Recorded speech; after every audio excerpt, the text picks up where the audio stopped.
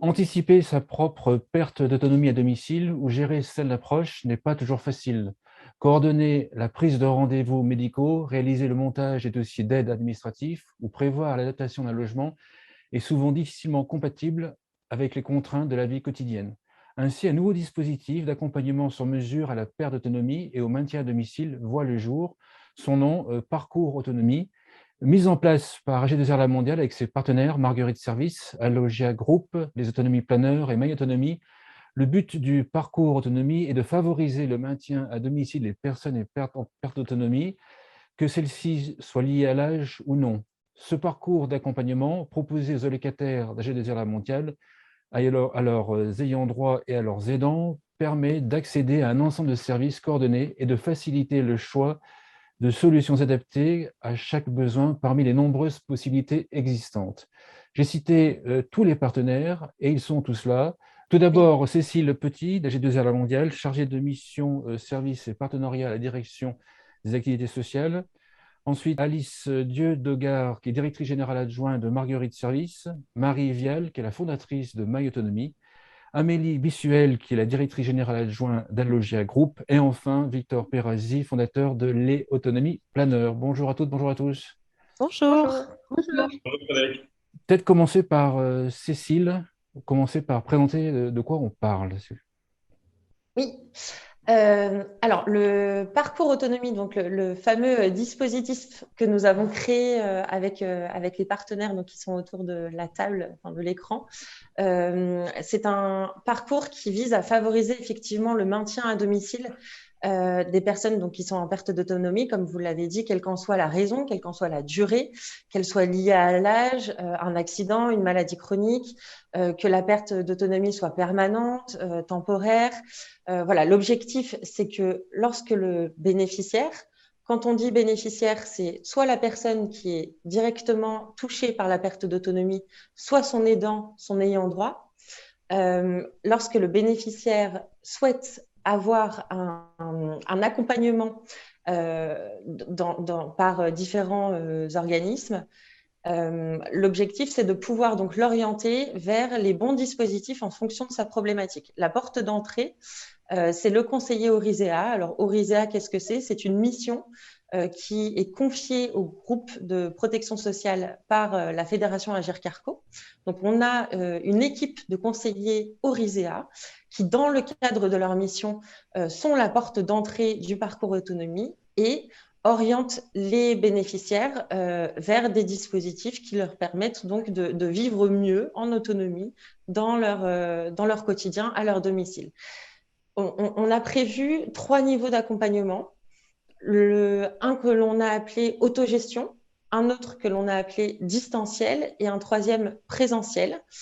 En fait, les 3 niveaux d'accompagnement peuvent bien évidemment s'entrecroiser. C'est pas parce qu'on rentre par la porte entre guillemets autogestion qu'on ne peut pas bénéficier d'un accompagnement en présentiel si on en a besoin, enfin, si le bénéficiaire en a besoin. En fait, on va vraiment répondre aux besoins et à l'envie de la personne qui sera accompagnée. Et donc, le parcours, c'est pas un parcours tout tracé, c'est le parcours du bénéficiaire, de son besoin, surtout. D'accord. Comment est-ce qu'une personne peut être au courant du parcours autonomie? Alors, de plusieurs façons. On a tout d'abord lancé une campagne de communication, bien évidemment, sur nos réseaux, auprès de nos allocataires, auprès des aidants, enfin des salariés aidants des différentes structures que l'on accompagne.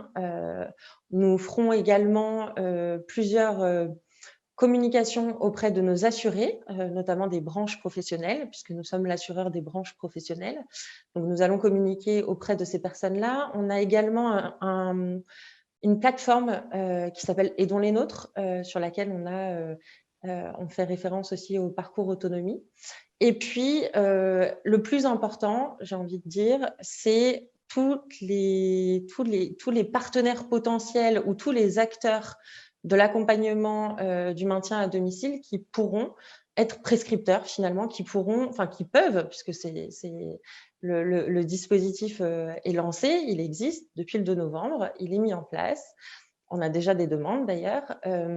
Donc, les différents acteurs du maintien à domicile peuvent contacter Orisea. C'est le numéro de téléphone, enfin, c'est l'entrée du parcours. Donc, il y a un numéro de téléphone et une adresse mail. Voilà. Qu'est-ce qui se passe? Comment est-ce que le conseiller Orisea décide d'orienter la personne vers votre initiative? Alors, tout commence par un diagnostic que l'on appelle chez nous diagnostic social. Donc, il fait l'état des lieux de la personne, enfin l'état de santé, l'état financier aussi de la personne, puisque on a des problématiques financières qui sont très souvent liées justement à la perte d'autonomie et l'aménagement de l'habitat.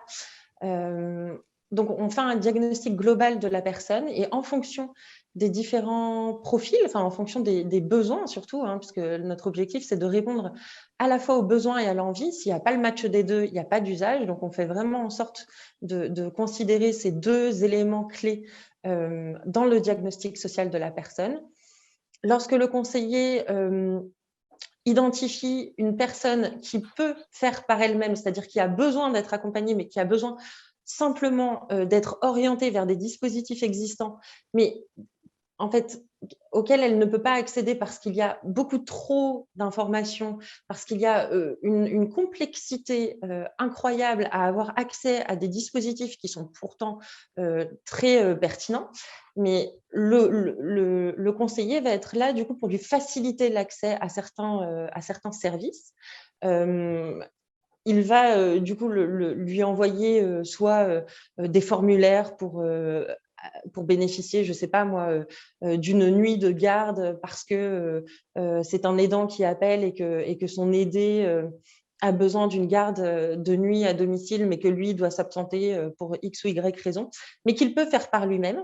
Dans ce cas, le conseiller va l'orienter directement vers les dispositifs et faciliter son accès aux différents dispositifs. Si jamais le conseiller, dans son diagnostic social, se rend compte que finalement, la personne, elle n'a pas le temps ou elle ne peut pas, elle n'est pas en capacité de faire par elle-même, il pourra l'orienter du coup vers un accompagnement plus précis. Je vous propose qu'on fasse le suivi d'un exemple de comment vous pouvez vous organiser. Mais avant ça, pour bien qu'on comprenne l'exemple, je vous propose qu'on fasse un tour de table et que chacune et chacun explique quel est son métier et sa structure. Peut-être qu'on commence par Marie. Eh bien, alors moi, donc, je représente effectivement My Autonomie et en qualité donc, de fournisseur de solutions logicielles à l'ensemble donc, des parties de ce parcours autonomie, en fait, où je mets à disposition des moteurs de recherche spécialisés, donc entre les mains des conseillers Orisea, entre les mains donc, des accompagnateurs chez Marguerite, chez Alogia et également les autonomies planeurs, pour leur permettre en 2 clics, vraiment en quelques minutes, de trouver les solutions donc, de téléassistance, de services à domicile, de prise en charge donc, des actes quotidiens, des actes essentiels du quotidien, adaptés totalement aux besoins de la personne, donc grâce à nos moteurs de recherche spécialisés. Alice, peut-être expliquer Marguerite Service. Oui, alors Marguerite, c'est un service de soutien, d'orientation et d'accompagnement à destination des personnes en situation de dépendance. Donc, on entend par là personnes âgées, personnes en sortie d'hospitalisation, personnes en situation de handicap et également à destination de leurs proches aidants. Donc, les accompagnements sont opérés entièrement en distanciel dans la France entière par une équipe de care managers qui sont des experts en intervention sociale de profession assistant social ou professionnel de santé. Un care manager intervient comme un interlocuteur unique auprès de la personne accompagnée. Donc, de A à Z de sa prise en charge, le care manager sera toujours là pour répondre à ses besoins, pour effectuer un diagnostic de son projet de vie et pour mettre en place toutes les solutions qui auront été identifiées avec la personne pour répondre à ses besoins et à ses souhaits. D'accord. Amélie, Alogia Group. Alors nous, chez Alogia, notre mission, ça va être d'apporter sécurité, confort et bien-être au domicile pour les personnes âgées. Nous, dans le cadre de ce parcours Habitat, on va travailler avec des ergothérapeutes, ce parcours autonomie, pardon. On va travailler avec des ergothérapeutes sur 2 dimensions, à la fois la dimension distancielle et à la fois la dimension présentielle. Donc, on va réaliser des diagnostics auprès des bénéficiaires, encore une fois, que ce soit au téléphone ou directement au domicile, pour sécuriser le domicile et puis apporter des solutions 360 degrés au quotidien pour les personnes qu'on va accompagner. Nous, on va travailler sur 2 dimensions, donc la partie ergothérapie, bien évidemment, mais également sur une partie économie d'énergie, puisque nous avons un partenariat avec EDF qui nous permet de nous occuper de tout l'aspect précarité énergétique, économie d'énergie, éco-gestes au sein du domicile pour les bénéficiaires. Un sujet d'actualité. Victor, Non. les autonomy planners, qu'est-ce que c'est?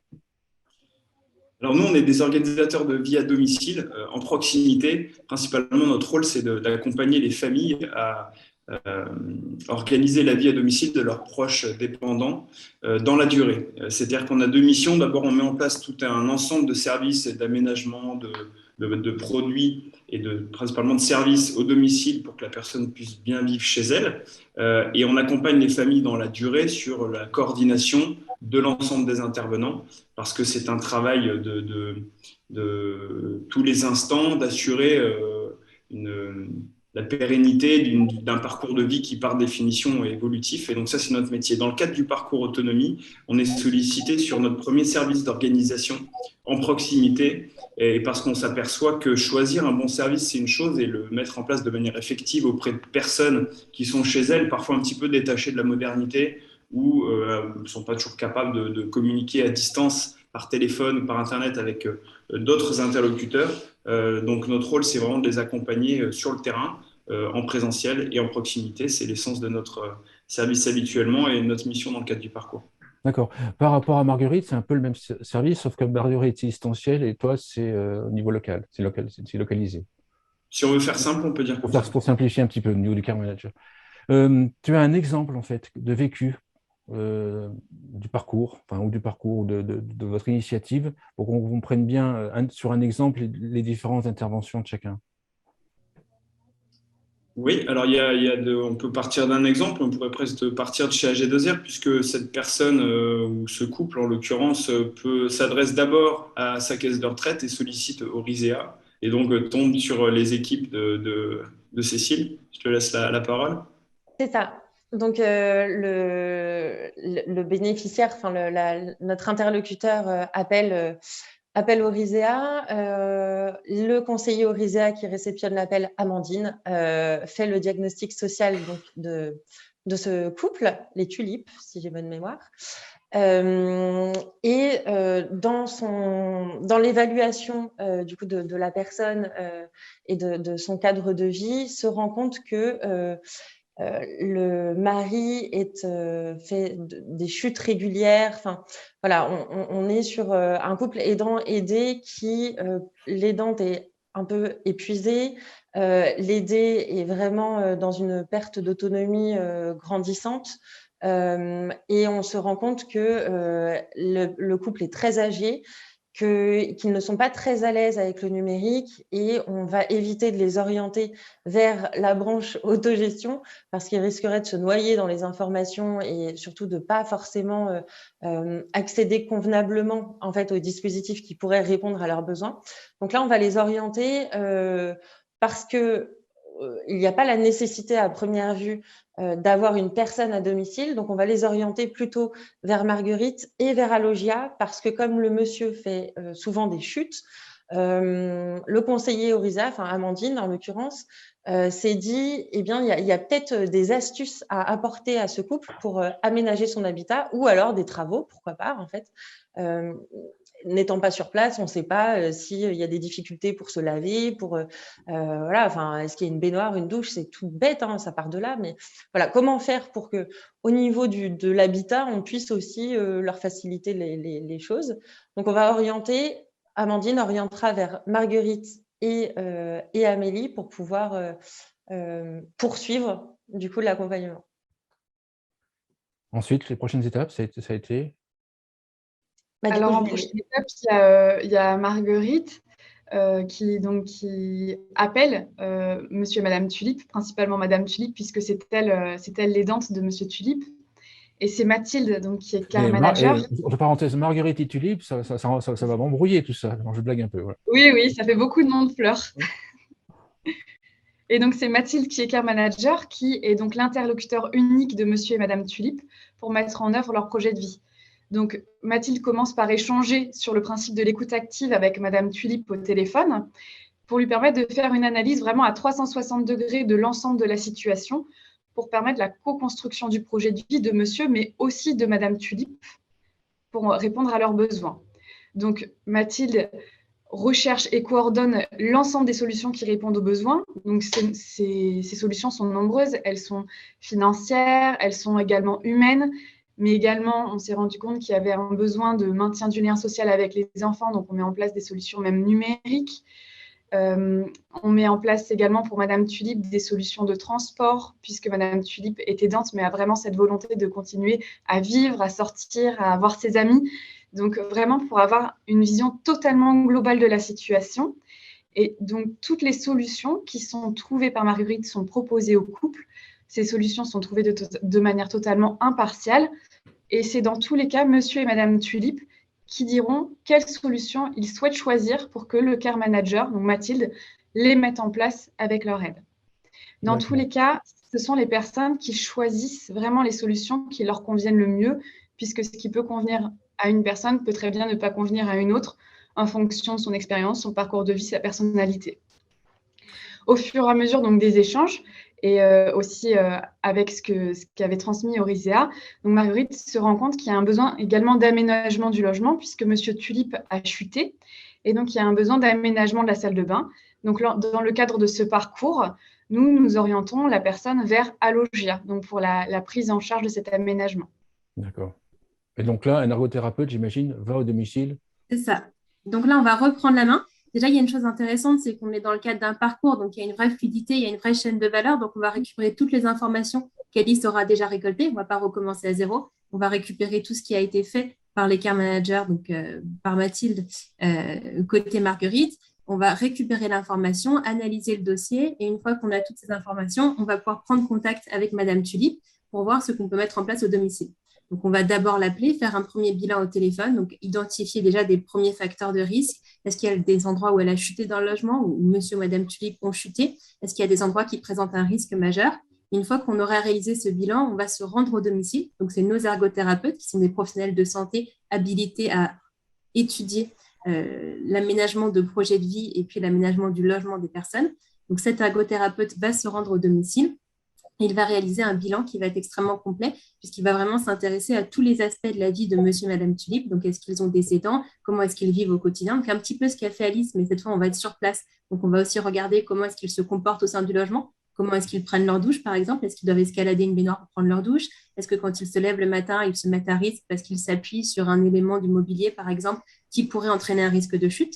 Donc, on va vraiment regarder tous ces aspects de leur vie. Et derrière, l'intérêt, ça va être de pouvoir préconiser des aides, bien évidemment. Donc, des aides qui vont être soit des aides techniques, ça peut être du matériel médical, ça peut être une canne, un fauteuil, ça peut être des barres dans les toilettes ou la salle de bain. Ça peut être des aides bâties.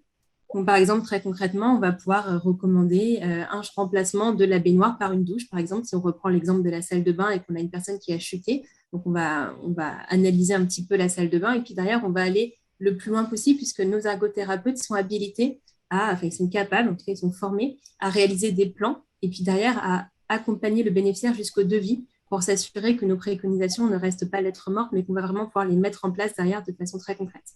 Donc, des aides techniques, des aides bâties, des aides technologiques aussi, avec toute la partie domotique, et puis des aides humaines si besoin, si ça n'a pas déjà été fait par les care managers Marguerite, et l'accompagnement au dossier de financement pour trouver les financements qui vont nous permettre de réaliser les projets de vie.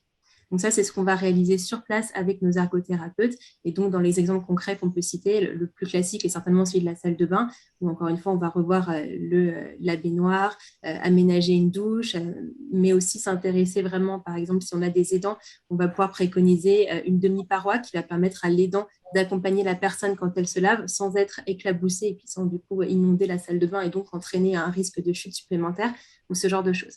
Et puis, la deuxième partie de l'intervention, ça va être vraiment sur toute la partie énergie, puisqu'on le sait, un logement qui est trop chaud, trop froid, trop humide ou qui présente des risques peut aggraver une pathologie qui est déjà une pathologie évolutive. Donc, dans le cas du couple Tulipe, on avait une pathologie évolutive. Et donc, ça va être très intéressant et très important de s'assurer qu'on a un logement qui est sain d'un point de vue énergie, que monsieur et madame Tulip ont bien les bons gestes. Donc, on n'a pas des radiateurs qui soient recouverts ou des aérations qui soient recouvertes par des choses qui pourraient obstruer le bon fonctionnement du matériel. Et donc, on va réaliser ce diagnostic avec monsieur et madame Tulip, analyser également leur facture énergétique. Ça, c'est important puisqu'on va pouvoir regarder s'ils ont une consommation qui est trop importante ou pas assez importante, entre guillemets, par rapport à la moyenne, et les accompagner derrière pour soit obtenir des financements pour les aider à mieux réguler leur consommation, ou alors leur transmettre les bons éco-gestes pour qu'ils puissent avoir, encore une fois, les bons réflexes au domicile et donc consommer mieux et de manière plus dimensionnée à leurs besoins. En cas de travaux, en fait, j'imagine que vous suivez les travaux, que la douche soit bien installée, etc., j'imagine. Alors, si c'est une demande, on peut aller jusqu'au suivi des travaux. Dans le cadre de ce parcours autonomie, on va aller en tout cas jusqu'à, c'est ce que je vous disais, jusqu'à l'établissement du devis. Donc, on va vraiment s'assurer qu'il y a un projet. On va vérifier le devis, s'assurer que le devis correspond bien à ce que nous, on a préconisé. Donc, ça, c'est quelque chose qu'on va faire avec l'artisan. On va faire intervenir l'artisan, puisqu'aujourd'hui, notre prestation se fait en 2 temps. Je n'ai pas précisé, mais c'est important. On a 2 visites au domicile. Donc, une première visite où on fait le bilan, les préconisations, et puis une seconde visite où on va vraiment pouvoir aller jusqu'au devis, encore une fois, et à l'accompagnement. Donc, on va faire intervenir au domicile les différents interlocuteurs clés. Donc, ça peut être un artisan pour un projet de douche, ça peut être un revendeur médical pour du matériel technique. Et derrière, on va accompagner, encore une fois, jusqu'au devis et vérifier que tout ce qui est mis en place est bien conforme à nos préconisations. Ensuite, Victor, on intervient à quel moment? Dans ce parcours, on intervient parce qu'à un moment donné, on s'est aperçu que sur l'ensemble des solutions qui ont été proposées, il y en a certaines qui ont pu être mises en place et d'autres pour lesquelles il y avait des blocages. Et ces blocages, il a fallu un petit peu analyser pourquoi ils étaient présents. Et en fait, nous, en nous rendant sur place, puisqu'on y va au moins 3 fois dans le cadre de ce parcours-là, peut-être davantage, on va pouvoir créer un lien de confiance, enfin, non pas qu'il y ait peu de lien de confiance avant, mais un lien en proximité qui est de toute façon différent de ce qui peut se produire en distance et qui va nous amener à comprendre vraiment ce qui peut le bloquer. En l'occurrence, pour Madame Tulip, c'est parce qu'elle se sent, elle, une âme d'épouse complètement dévouée à son mari et que en fait, elle n'accepte pas réellement l'idée que faire appel à une auxiliaire de vie, c'est nécessaire pour son mari parce qu'après tout, elle peut le faire. Et même si ça lui a bien été dit en amont qu'elle pourrait, elle, être soulagée de la présence d'une auxiliaire de vie auprès de son mari, elle a du mal à l'entendre. Donc, nous, on crée ce lien-là pour finalement lui faire entendre, lui faire accepter et lui tenir un peu plus la main vers l'accomplissement de ses démarches. Et en l'occurrence, depuis que les auxiliaires de vie sont là 3 fois par semaine, elle peut retourner à la messe le dimanche, recréer du lien social avec des gens qu'elle voyait toutes les semaines depuis 30 ans. Elle peut retourner à la plage avec une amie qui habite un peu plus loin du côté de la Côte Bleue, et puis tout simplement aller faire des courses sans le stress de se dire « Attends, qu'est-ce qu'il arrive à mon cher monsieur Tulip s'il tombe ?» Donc voilà. Et puis d'autres petits aménagements, notamment l'intervention d'un enseignant en activité physique adaptée, et puis d'autres petites choses qu'on peut rajouter parce que les langues se délient un peu plus et cette confiance nous permet d'aller un petit peu plus loin dans les préconisations. Et donc, tout ce dispositif pour aller à la messe le dimanche matin. Chapeau, il y en a qui sont motivés. Hein. Je blague, bien sûr. C'est hyper important, hein, Frédéric. Oui, non, j'imagine. Marie, peut-être explique à ce moment-là, toi, à quel moment tu interviens? Alors moi, j'interviens, j'allais dire, avec les outils, donc avec les moteurs de recherche spécialisés, les bases de données qui sont derrière ces moteurs de recherche. Donc, c'est des bases de données exhaustives, qualifiées, vérifiées et extrêmement précises qui vont permettre à la fois aux conseillers Aurisea, à la fois donc au care manager de Marguerite Service, où effectivement les accompagnateurs d'Alogia Group ou même encore les équipes de Victor, à tout moment par rapport à l'identification d'un besoin en solution de téléassistance, en solution, donc on parlait des aides ménagères tout à l'heure, on va parler des accompagnements peut-être aux déplacements extérieurs, on va parler des aides aux actes essentiels du quotidien comme l'aide au lever, à la toilette, au repas, etc. Eh bien, en fait, à tout moment, ils vont pouvoir, grâce à nos moteurs de recherche spécialisés, se connecter à leur compte, faire une recherche par rapport aux besoins de monsieur ou madame Tulip et et identifier vraiment en 3 clics par rapport vraiment à leur profil, là où ils habitent, leur âge, leur situation, leurs besoins, leurs envies. On parle bien d'envie aussi, bien sûr. On va pouvoir trouver des réponses extrêmement qualifiées, très précises, des professionnels qui vont pouvoir intervenir rapidement auprès d'eux dans des bonnes conditions, avec toute une traçabilité de leur démarche qualité, etc. Et donc, nos logiciels, nos outils vont permettre de faire des mises en relation, d'envoyer les informations, etc., pour vraiment activer et mettre en place les services. Et donc, moi, j'interviens donc avec l'outil MyPro auprès de toute la chaîne de prise en charge, auprès de tous les conseillers et des care managers, aussi bien en distanciel qu'en présentiel. Ça marche. Si je provoque un peu, tout ce que vous proposez, ça existait avant? Bien sûr, bien Qu'est-ce qui est sûr. nouveau, en fait? Installer une douche, on le faisait, un ergothérapeute, on le faisait, parler à la personne âgée, on le faisait. Pourquoi est-ce qu'il y a On n'a un rien nouveau... inventé. On n'a rien inventé, on a juste facilité l'accès. En fait, il existe, au-delà de ce qu'on vous présente aujourd'hui, pléthore de dispositifs qui permettent de bien vivre à domicile pour les personnes qui sont en perte d'autonomie. C'est aussi d'ailleurs la raison pour laquelle le parcours est en phase expérimentale. C'est parce qu'on va très certainement y ajouter des briques servicielles au fur et à mesure. Effectivement, tout ça existe, mais pour y avoir accès et pour avoir connaissance du bon dispositif au bon moment en fonction de la personne et de sa problématique, c'est extrêmement compliqué. Je ne sais pas si vous avez déjà fait l'expérience, Ah oui, mais c'est je provoquais, justement. C'est très compliqué avec des services partout, il y en a partout. ouais. On ne sait pas par où commencer, c'est pas organisé. Chacun se débrouille, on ne sait même pas par où commencer, bien sûr. C'est vraiment, Exactement. si je peux me permettre, c'est vraiment la prise en charge globale de la situation de la personne, donc de A à Z, via un seul et unique parcours, un accompagnement à l'identification, à la prise en charge, en présentiel, en distanciel, vraiment de façon très, très adaptée à la situation, puisque comme vous le disiez, comme on le disait tous en préambule, chaque personne a une situation particulière et justement, je crois que c'est une intelligence de service, une intelligence collective de prise en charge, d'intervention, de mise en place qui fait toute la différence et qui est proposée dans le cadre de ce parcours. Ce parcours... Ce qui est assez énorme, là, c'est que c'est financé aussi par AG2R. Et du coup, ça a j'allais y existé. venir. Qui paye quoi? J'aurais juste finir un petit truc avec sur l'exemple qu'on a traité.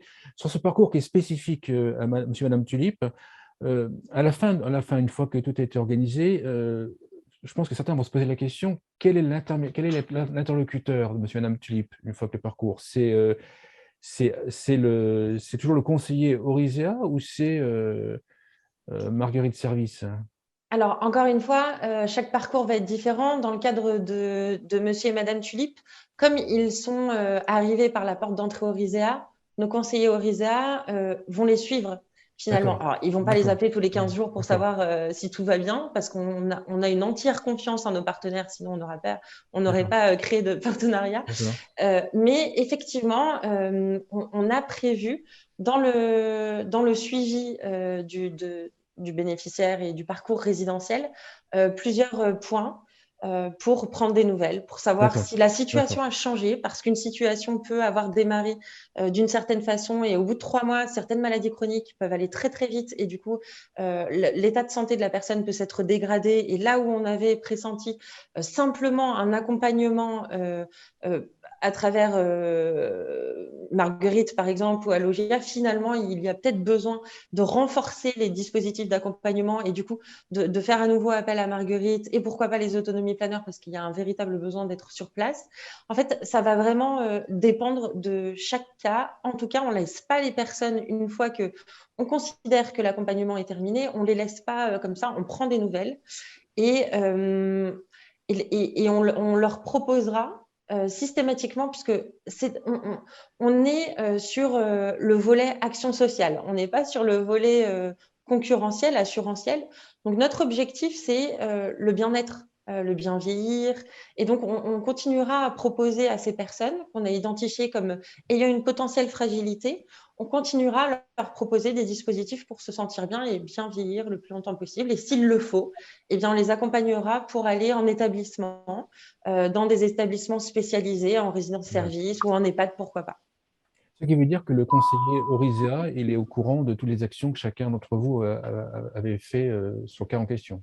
Tout à fait. Alors, effectivement, on n'a pas réinventé les services qui existaient déjà. En revanche, on a mis en place une base commune, une base d'informations commune que chacun alimente en fonction des éléments qu'il perçoit au fur et à mesure de son accompagnement.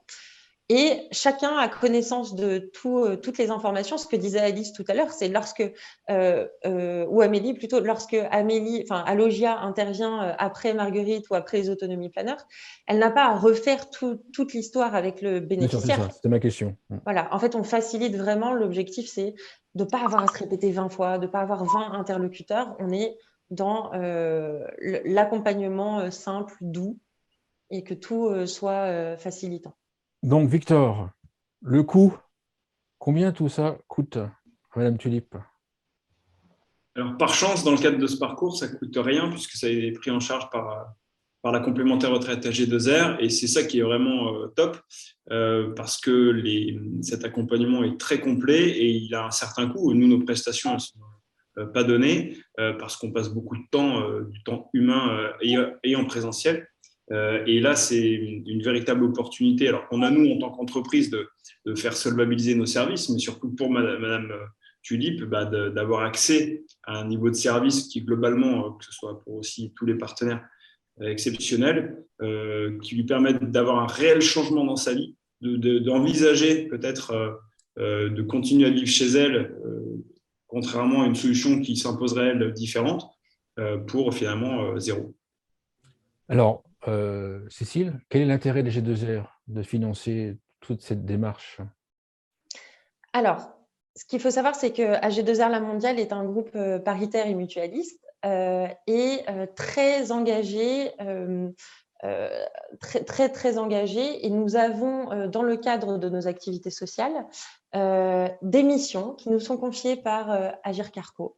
Et dans ces missions, on a 4 orientations prioritaires qui sont accompagner les aidants, une mission sur le bien vieillir, dans le sens prévention santé, une mission de bien vieillir dans le sens habitat, aménagement de l'habitat, et accompagner les personnes éloignées de l'emploi, enfin en tout cas qui ont des fragilités vis-à-vis de l'emploi, à les accompagner à l'insertion, la réinsertion. Voilà. Et donc c'est dans le cadre de ces orientations prioritaires qu'on a mis en place ce parcours autonomie. Nos administrateurs nous ont tout de suite dit oui, parce que c'était un besoin, d'une part, exprimer un besoin et une envie, très important encore, j'insiste, mais exprimé par les aidants. On est un groupe AG2R La Mondiale qui compte plus de 11 000 collaborateurs, qui sommes en front avec des millions d'assurés. On connaît les problématiques des aidants. Et pour soulager un aidant, la meilleure façon de soulager un aidant, finalement, c'est d'accompagner au mieux la personne qu'elle aide. Et donc, c'était tout naturel, finalement, d'aller sur le chemin de la perte d'autonomie, enfin, l'accompagnement à la perte d'autonomie, le maintien à domicile, pour pouvoir à la fois permettre à ces personnes de bien vieillir et du coup de répondre à une orientation prioritaire de l'Agir Carco, et à la fois de soulager les aidants par ricochet et de répondre du coup à une autre orientation prioritaire de l'Agir Carco. C'est vraiment, nous, c'est très important pour nous. Quelqu'un veut rajouter quelque chose sur l'exemple? Non. Alors, maintenant, ce que je voudrais comprendre, c'est il y a pléthore d'acteurs sur la silver economy, on va appeler ça silver economy.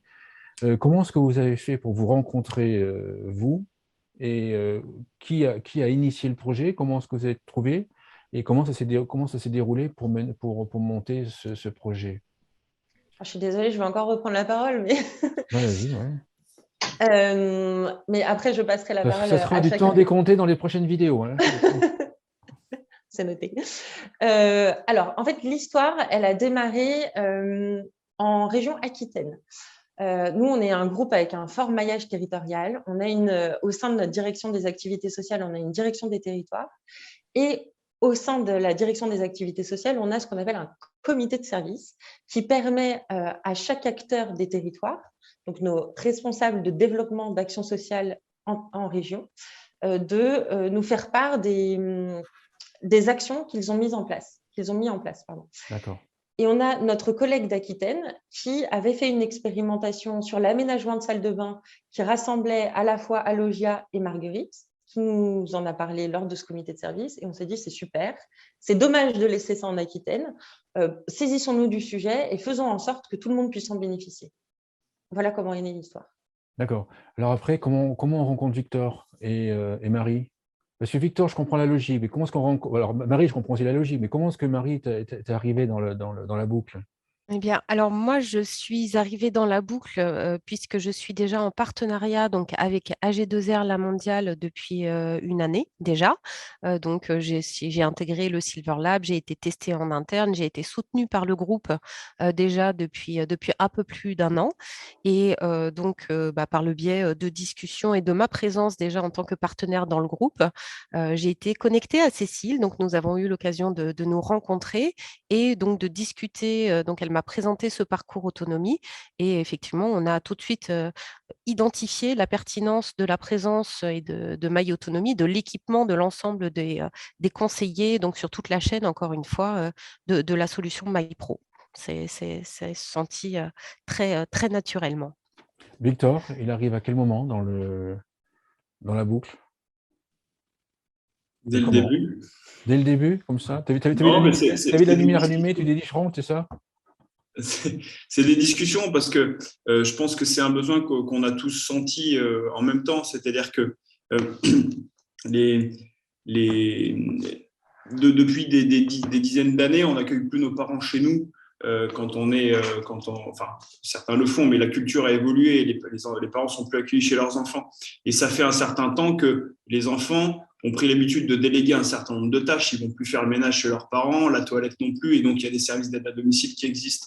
Aujourd'hui, déléguer un certain nombre d'autres activités du type organisation, etc., c'est pas encore dans les mœurs. C'est pas encore fait et nous on est là pour ça. Je parle de nous, mais globalement aussi dans le parcours, parce que finalement quand on aide une personne dans les actes de la vie quotidienne physique, c'est très bien, mais au bout d'un moment, et notamment pour les personnes qui sont en fragilité, il y a besoin aussi de les aider dans la phase d'organisation du quotidien, des rendez-vous, des activités, de la vie sociale, de comment et c'est toute une charge mentale que prennent aujourd'hui les aidants. Quand ils n'arrivent plus à la prendre, cette charge et puis des activités d'organisation, ils lâchent. Et ceux qui sont aujourd'hui et jusqu'à présent capables de répondre sont les maisons de retraite, ce qui n'est pas toujours la meilleure solution pour la personne âgée concernée.